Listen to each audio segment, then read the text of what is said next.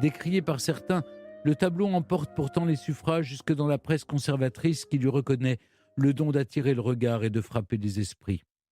Ce que Louis XVIII ne voit peut-être pas, c'est l'ensemble des détails que Géricault a glissés dans son œuvre, des détails qui en disent long sur ses convictions.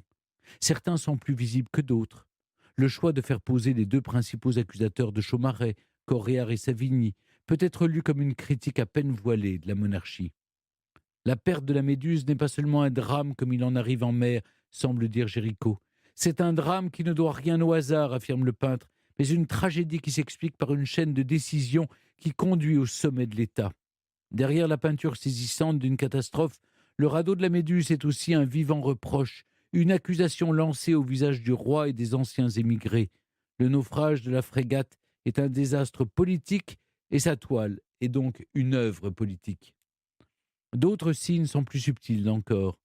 Sur son immense tableau, Géricault a choisi de peindre 3 hommes noirs. C'est même l'un d'entre eux qui se tient au sommet de la pyramide des naufragés pour alerter le navire en agitant un linge. Géricault sait pourtant qu'il n'y avait qu'un seul marin de couleur à bord. Son choix n'est pas anodin.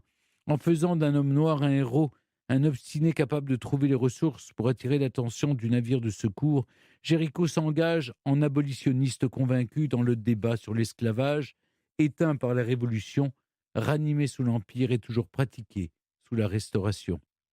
Reconnu, l'œuvre de Géricault lui permet de s'imposer à 28 ans comme le chef de file de l'école romantique. Mais hélas, épuisé par une existence qu'il brûle par les deux bouts, le malheureux peintre en profitera peu, fauché par un accident de cheval qui précipite sa fin le 26 janvier 1824, il y a 200 ans jour pour jour. S'il disparaît à 32 ans, Théodore Géricault nous laisse la mémoire d'un drame à la fois masqué et sublimé par le génie d'une des toiles, qui reste aujourd'hui l'une des plus célèbres au monde. Europe 1, historiquement vôtre.